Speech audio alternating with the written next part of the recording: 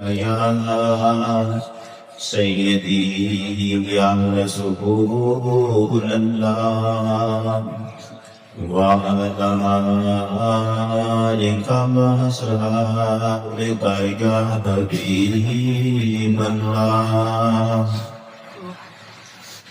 صلی علیہ اللہ جل شانہ وحدہ لا شریک لیے جس نے اپنی قدرت کاملہ سے اس کائنات کو حضور نبی صلی اللہ علیہ وآلہ وسلم کی پہچان کی خاطر پیدا فرمایا. بے شمار درود حضور نبی کریم صلی اللہ علیہ وآلہ وسلم کی ذات اقدس کی خاطر جن کی ذات اقدس اس کائنات کی تخلیق کا باعث.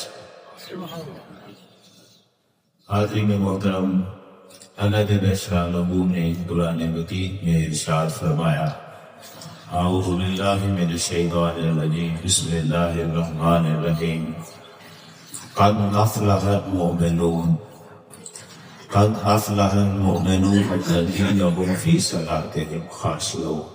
صدق اللہ العظیم. حاضرین محترم، جو آیت مبارکہ میں نے آپ کے سامنے تلاوت کی ہے اس کا ترجمہ اور اس کے بارے میں گفتگو ہے تو بعد میں کرتے ہیں. میں پہلے یہ عرض کروں کہ جب سے یہ کائنات بنی ہے، کائنات کی ہر جنس، ہر مخلوق جو پروردگار نے پیدا فرمائی سوائے انسانوں اور جنوں کے، باقی ساری مخلوق کی پیدائش کے دن سے ہی اللہ کی انتہائی فرما بردار ہے. مخلوق میں سوائے جنوں اور انسانوں کے ان کا معاملہ الگ ہے. باقی ساری مخلوق پہلے دن سے لے کر آخر دن تک آپ کی فنا کا کوئی لمحہ خدا رب القدوس کی نافرمانی میں مخلوق کا نہیں گزرتا. ہر لمحہ پروردگار عالم کی عبادت و تسبیح اور اس کی فرما برداری جاری ہے. سرکش جن اور سرکش انسان ایسی مخلوق ہے جو پروردگار کو بھولا رہتا ہے، اس سے اپنا تعلق کمزور رکھتا ہے، غفلت میں پڑا رہتا ہے، نافرمانی پر رہتا ہے. لیکن جب سے انسان بنا ہے، ہر دور میں امت قوم جیسی بھی تھی، ایک فیصلہ ویشی سے ویشی قوم، جانگلی سے جانگلی قوم جسے ہم کہیں، بالکل دنیا سے بے خبر قسم کی قوم ہے. وہ جنگلوں میں رہتی، لباس پہننے کا شعور تک بھی نہ ہو، بالکل عقل نہ ہو، علم نہ ہو، جسے ہم کہیں اپنی نظر دیں گے یہ تو پہلے شعور سے. ایسی قوم نچلے درجے والے بھی کوئی ایسی نہیں رہی یا نہیں ہے جسے ایک سپریم پاور، ایک زبردست قوت اس کا ادراک اس کے ذہن میں نہ ہو اور وہ سمجھے اس بات کائنات کی ہر مخلوق کی جہاں بھی وہ رہے، انسان جہاں میں کوئی کی بات کر رہا ہوں، کوئی جہاں بھی رہے، جس حال میں بھی رہے، انہیں یہ پتا ہے کہ اس کائنات میں ایک طاقت ایسی ہے جس کی طاقت، جس کی قدرت، جس کی ہیبت اس ساری دنیا سے زیادہ ہے. اور ان کے ذہن میں یہ بات بھی ہے کہ کامیابی خواہ وہ دنیا انتقام میں دوڑیں، آخرت کا تصور اس کے پاس نہ ہو، تب بھی وہ یہی سمجھے گا کہ اس دنیا میں بھی فاتح اور جیت والا وہی ہوگا جس کا تعلق اس زبردست طاقت کے ساتھ اچھا لگا. آپ دیکھیں ہندو اللہ کو نہیں مانتا، بھگوان کو تو مان رہا ہے. اس کا مطلب ہے ہندو کے ذہن میں یہ ہے کہ بھگوان ایک ایسی طاقت ہے جس کے ساتھ مجھے رابطہ رکھنا چاہیے، اس کے آگے مجھے جھکنا چاہیے. وہ جس شکل میں اس نے بنایا ہے، وہ اس نے بدھ بنایا پتھر کا، ہنڈی کا جیسا، لیکن اس کا مطلب ہے اس کے ذہن میں یہ بات ہے کہ ایک ایسی طاقت جس کا نام اس نے جو بندی رکھا ہے، مگر اس طاقت کے ساتھ اپنا رابطہ رکھے بغیر میرے کام چل رہے ہیں، نہیں، یہ اس کے ذہن میں ہے۔ افریقہ کے جنگلوں میں چلے جائیں، جہاں لباس نہیں ہے، جہاں تو پتے میں پہنے ہوں گے تو وہ بھی ایسے رہنا، وہاں بھی کسی نہ کسی درخت کی پوجا اور عبادت میں وہ لگے ہوں گے، یہ سوچ کر کہ ہمارے لیے یہ جو درخت ہے یہی وہ بڑی طاقت ہے جس کا رابطہ اس کے ساتھ رہے گا وہ جیتے گا، وہ کامیاب ہوگا، اسے رزق ملے گا، اور جس کا رابطہ اس کے ساتھ نہ رہا وہ کامیاب نہیں ہوگا، اس کا رزق نہیں ملے گا، نعمتیں نہیں ملے گی، سزا نہیں ملے گی، جیتے گا نہیں۔ قبیلے آپس میں لڑتے ہیں، ہر قبیلے نے اپنا ایک خدا بنایا تھا، ان کو پتا ہے یہ جو خدا ہم نے جیسا بھی بنایا ہے جو چاہتے ہیں، ان کا یہ خیال ہے، عقیدہ ہے کہ اس کے ساتھ ہمیں اپنا تعلق رکھنا پڑے گا، اس کے بغیر نجات نہیں۔ اب آپ دنیا میں کسی جگہ چلیں گے، سوائے چند ایک گنتی کے چند لوگ ہیں جو صرف زبان میں کے بعد رکھتے بیٹھے ہوئے ہیں جو کوئی خدا کی ہے، باقی کائنات میں جتنے انسان ہیں بیشتر سے بیشتر انہوں نے اللہ کو بھلے بھولا ہو لیکن وہ یہ عقیدہ رکھتے ہیں کہ ایک زبردست طاقت ہے اور اس طاقت کے ساتھ رابطہ رکھے بغیر دنیا کی زندگی میں جیا نہیں جا سکتا، فتح نہیں مل سکتی، کامیابی نہیں مل سکتی، رزق نہیں مل سکتا، نعمتیں نہیں مل سکتی۔ انہیں تو شعور نہیں ہے کہ وہ زبردست طاقت کون سی ہے، وہ تو اپنے اپنے خیالوں میں الجھ گئے، بھول گئے۔ کسی نے پتھر کے بت بنائے، کسی نے مٹی کے بنائے، کوئی سورج کو پوجنے لگ پڑا، کوئی درخت کو پوجنے لگ پڑا، کوئی سانپ کو پوجنے لگ پڑا، کوئی آگ کو پوجنے لگ پڑا۔ یہ کیا چاہتا ہے؟ ایک زبردست طاقت یہ ہے وہ جو نظام چلا رہی ہے دنیا کا ہے، وہ تو بھولے ہوئے ہیں، ہمیں تو پتا ہے کون نظام چلا رہا ہے، ان کو تو پتا نہیں ہے، وہ تو غفلت میں ہے پڑے ہوئے اور اپنا رابطہ اس چیز سے جوڑنا چاہتے ہیں جو ان کا کچھ نہ سنوا سکتی ہے نہ بگاڑ سکتی ہے، جو خدا ہونے کی صلاحیت ہی نہیں رکھتے، انہیں تو پتا نہیں، وہ پھر بھی اپنی اس طاقت کے ساتھ جس کا وہ تصور لیتے بسائے بیٹھے ہیں اس کے ساتھ اپنا رابطہ رکھتے ہیں۔ ہندو بھی صبح اٹھ کے کبھی سورج کو غسل دینے کی کوشش کر رہا ہوتا ہے، کبھی بھگوان کی آگ میں اتار رہا ہوتا ہے، افریقہ کے جنگل میں بھی بندر کے درخت کو سجدے کر رہے ہوتے ہیں، کہیں وہ جسے ہم کو اڑنے والا وہ جسے ہم کہتے ہیں مائکوٹی اپنی زبان میں کہہ دیتے ہیں، وہ اڑ رہی ہوتے ہیں پنکھ سے، ان کی پوجا کرنے والی دنیا بھی موجود ہے۔ پوجا کرنے کا مطلب کیا تھا؟ وہ سمجھتے ہیں یہ ہے جو نظام چلا رہا ہے، یہ ہے جو سلطنت کا مالک ہے، اس سے ہمیں اپنا رابطہ رکھنا ہوگا۔ میں یہاں ہی عرض کر رہا ہوں ان کو تو خبر نہیں ہے، وہ تو بھول گئے، وہ تو ایسے ہی چیزوں کو سمجھ بیٹھے کہ یہ خدا ہیں، ان کو تو پتا نہیں تھا، پھر بھی ان کے ساتھ وہ رابطہ رکھ رہے ہیں۔ ہمیں تو پتا ہے نا اصل خدا کون ہے، ہمیں تو یہ پتا ہے نا وہ اصل زبردست طاقت کون سی ہے، وہ کون ہے؟ وہ صرف اللہ ہے جو اس کائنات کا نظام چلا رہا ہے، جو ہر طاقت سے زبردست طاقت والا ہے، جو ہر طاقت اور وہ طاقت دینے والا ہے، وہ صرف کون ہے؟ وہ صرف اللہ ہے۔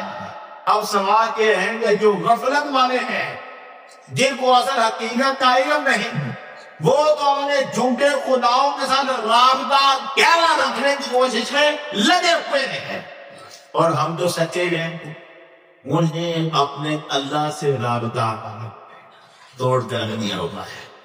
ہم سچوں نے اپنے اللہ سے رابطہ کمزور کر دیا ہوا ہے، اس کی پرواہ نہیں ہے یہ رشتہ ہمارا کتنا طاقتور رہ گیا ہے، کتنا کمزور ہو گیا ہے، سوچ نہیں ہمارے پاس اس کا کوئی سلسلہ نہیں ہے۔ یا میں آپ سے کر رہا ہوں بات جو شیخ سعدی رحمت اللہ علیہ نے فرمائی، آپ نے کمال کے وہ اشعار لکھے تھے، جو زیادہ دوست حق چنگنی عمر ضائع، جو سر عشق حق بدانی بدانت اسم ساری بشوری لوگ اللہ سنگ سے گئے حق علم کرتا ہے مقنا نمایت جماعت نصر۔ شیخ صاحب کہتے ہیں اس دنیا میں تو جیت تو رہا ہے، زندگی تو گزار رہا ہے، لیکن تجھے میں ایک بات بتاؤں، اس دنیا کی زندگی میں اپنے دوست یعنی اللہ اس دوست کی یاد کے سوا تم جو کچھ کر رہے ہو نا سمجھو اپنی عمر کو برباد کر رہے ہو. جو یار دوست اس خدا کی یاد کے سوا تم جو کچھ کر رہے ہو سمجھو کہ اپنی عمر کو برباد کر رہے ہو. جو سر عشق ہر بدانی بتا کر تصور. اگر اس دنیا کی زندگی میں اپنے خدا سے عشق کرنا نہیں سیکھا تو پھر سمجھو کہ تم جھوٹ کے پیچھے لگے ہوئے ہو. اب تمہارے پاس نہیں ہے. ساتھی مشوئے لوگ ہندی رکھنے سے غیر حق وہ کہتے ہیں ایسے ساتھی اپنے دل کی تقریباً لکھا ہوا اللہ کے سوا اور نام مٹا دیں. ان میں کہ راہ حق نہ نمائد جہاد دست. وہ علم جو بندے کو خدا تک نہ پہنچائے وہ علم نہیں ہوتا جہالت نہیں ہے. ہم اپنے خدا سے رابطہ کمزور کر بیٹھے ہیں. ہم اس کی یاد سے محروم ہو بیٹھے ہیں. ہم اس کے عشق کا سبق نہ پڑھ چکے پڑھتے ہیں نہ پڑھ سکتے ہیں نہ پڑھنا چاہتے ہیں. ہم غافل ہیں. پروردگار عالم یہ فرماتا ہے کہ مجھ سے تعلق اگر بحال کرنا ہے مجھ سے رشتہ اگر جوڑنا ہے اپنا میری طرف آنے والے جتنے رستے ہیں میری طرف ان سے رابطہ کرنے کے جتنے طریقے ہیں ان میں سب سے پہلا طریقہ یہ ہے کہ میری نماز کی طرف آؤ. یہ پہلا رابطہ ہے. خدا سے تعلق عقیدے اور عمل کے بعد عقیدے کے بعد جو عمل کی دنیا میں ہم آئیں گے تو پہلا عمل جو خدا ہمارے ساتھ میں رکھتا ہے اپنے رابطے کے لیے اپنے ساتھ رشتہ اور رابطہ جوڑنے کے لیے وہ پروردگار فرماتا ہے جو سب سے اہم نماز ہے. اب سوال یہ ہے کہ اس نماز کے ساتھ ہماری دلچسپی نہیں. یہ نماز ہمیں بتاتی ہے کہ ہم اپنے خدا سے رشتہ کتنا رکھنا چاہتے ہیں. یہ عجیب سی بات ہے کہ صحابہ رسول جو فیصلہ کر کے بیٹھے ہوئے تھے کہ جو بندہ نماز نہیں پڑھتا ہم اسے مسلمان مسلم نہیں کریں گے. یہ فیصلہ کا ثابت ہے کہ مسلمان اور کافر کے درمیان اس زمانے میں یہ کمال تھا. آج وہ حقیقت بھی رواتی ہے. اس زمانے میں ان کے نزدیک یہ فارمولہ فیصلہ تھا کہ جو نماز نہیں پڑھتا وہ کافر ہے جو پڑھتا ہے وہ مسلمان. مسلمان اور کافر کے درمیان فرق رکھا تھا ایک چیز میں اور وہ کیا تھی یہ پورے صحابہ کے زمانے میں رہا. ہم بعض کے لوگ ہیں ڈرتے ہیں یہ باتیں کرتے ہیں. یہ میں نے قرآن مجید کی آپ کے سامنے آیت پڑھی پروردگار عالم نے ارشاد فرمایا قد افلح المؤمنون بے شک کامیاب ہو گئے ایمان والے. کون کامیاب ہوا؟ ایمان والے. میرے ایمان والے نہیں. ارشاد فرماتا ہے قد افلح المؤمنون الذین هم فی صلاتهم خاشعون. وہ کہتے ہیں صرف ایمان والے کامیاب نہیں ہوئے وہ ایمان والے کامیاب ہوئے ہیں جو رب کی نماز پڑھتے ہوئے دل میں بڑا ڈر رکھ کے پڑھتا ہے. وہ ایمان والے کامیاب ہیں جو اللہ کی خشیت رکھتے ہیں نماز کے اندر جو نماز پڑھتے ہیں اور ان کے دل رب سے ڈرے ہوئے ہونے. وہ نماز والے جو اپنی نمازوں میں خشوع اختیار کرتے ہیں وہ ایمان والے ہیں جن جو نماز کی حالت میں ہوتے ہیں تو خدا کی بارگاہ میں عاجزی اور ادب کے ساتھ انکساری کے ساتھ کھڑے ہوتے ہیں. توجہ نماز میں وہ کامیاب ہو. اس کا مطلب کیا ہے؟ میرے ایمان والوں کی کامیابی کی بات اللہ نے اور میرے نماز پڑھنے والے کی بھی بات اللہ نہیں کرنا. فرماتا ہے وہ ایمان والے کامیاب ہوں گے جو نمازی بھی ہو اور اپنی نمازوں میں خشیت ڈر کرنا کا عاجزی اس کی بارگاہ میں ادب تواضع انکساری جن کے پاس وہ بھی ہوگی ایسے نمازی وہ ہوگے جو کامیاب ہونے والے ہیں. ایسے مومن ہیں جو کامیاب ہونے والے. ہماری مشکل یہ ہے کہ ہمارے پاس نماز کا جو سبق ہے یہ بڑے نچلے درجے کا بہت پیچھے چلا گیا. اسی سورہ میں میں آپ کے سامنے رکھتے اس کی نماز میں وسوسے آتے ہیں جس نے وضو دھیان سے نہیں کیا ہوگا.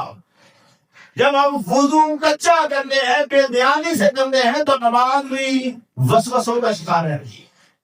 ایک تو ہمیں وضو کرتے ہوئے باتیں نہیں کرنی ہے، دوسرا ہمیں خیالوں میں کھو کے وضو کرنا ہے، پریشانیاں جھنجھٹ کی. ہم یہ تصور ہی نہیں کر رہے کہ ہم تو اپنے خدا کی بارگاہ میں جا رہے ہیں، میرے سارے جھنجھٹ وہاں پہ کو کرا میں سامنے اور پروردگار کو پتہ چل جائے گا میں بھی مصیبتوں کو لے کے بیٹھا ہوں. ہمارا دھیان ادھر نہیں تھا، وضو کر رہے ہیں، دھیان مصیبتوں میں لگا ہوا ہے. وہی وسوسے جو وہاں ہوتے ہیں، وہی وسوسے اپنا رنگ نماز ادا نہیں ڈالتے. وضو میں کیا کر دیا، پاؤں کی ایڑیاں نہیں دھوئی ہے، کہیں رکیے میں خلال نہیں کیا، کہیں پاؤں دھوتے ہوئے یاد آیا ہو میں نے تو بس ہی نہیں کیا ہوا، مزہ دیا تھا صحیح طریقے سے نہیں دیا ہے، کہیں کانوں میں انگلیاں نہیں پھیری ہے، کچھ بھی چھوڑا.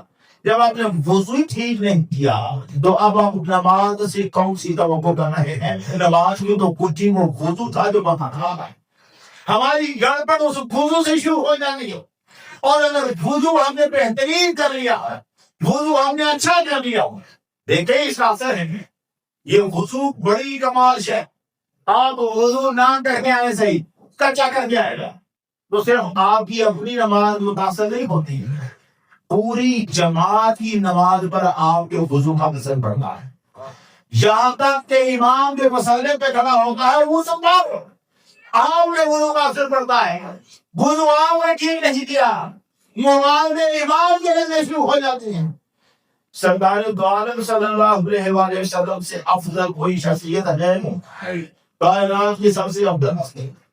حضور کی توجہ تو کاروبار بھی ہو رہا ہو، کامکار بھی ہو رہا ہو، جنگ جہاد بھی ہو رہا ہو، کوئی لمحہ ایسا نہیں ہوتا کہ سرکار کی توجہ رب کی طرف ہو نہ ہو. ایسا لمحہ نہیں ہوتا، ہر لمحے سے داعیہ کی طرف توجہ رکھتے ہیں. اور قرآن کہتا ہے سنگا سلام تنسا، حبیب ہم تمہیں پڑھائیں گے، ایسا پڑھائیں گے تو کبھی بھولے گا، پڑھائیں گے نا تو کیوں کبھی بھولے گا. سرکار جماعت کروا رہے ہیں، سورہ روم کی تلاوت کر رہے ہیں. کون سی سورہ؟ سورہ روم کی تلاوت کر رہے ہیں. ایک آیت پہ جا کے آپ کو تردد ہوا. کیا ہوا؟ میں اس کا معنی نہیں کروں گا، میں بات کو سمجھاؤں گا. حضور کا تردد ہے، اس کا ترجمہ وہاں نہیں کروں. ہم میں سے کسی کو تردد ہو نہ مطلب اس کا کیا مطلب ہے؟ آیت پہ جا کے اٹک گئے ہم میں اب سرکار کے لیے لفظ میں استعمال نہیں کر رہا. تردد کا معنی ہوتا ہے کہ آپ کسی کا نہ جا کے اندر گئے، پھنس گئے، بھول گئے آگے کیا ہے. آپ پھر سے پیچھے سے پڑھتے ہیں، کتاب کے پھر سے چلاؤں اور بال آگے چلی جائے، نہیں جا گیا، پھر پلٹ کے پیچھے آئے. اسے کہتے ہیں تردد. آگے یہ لفظ تھا یا یہ تھا، ایک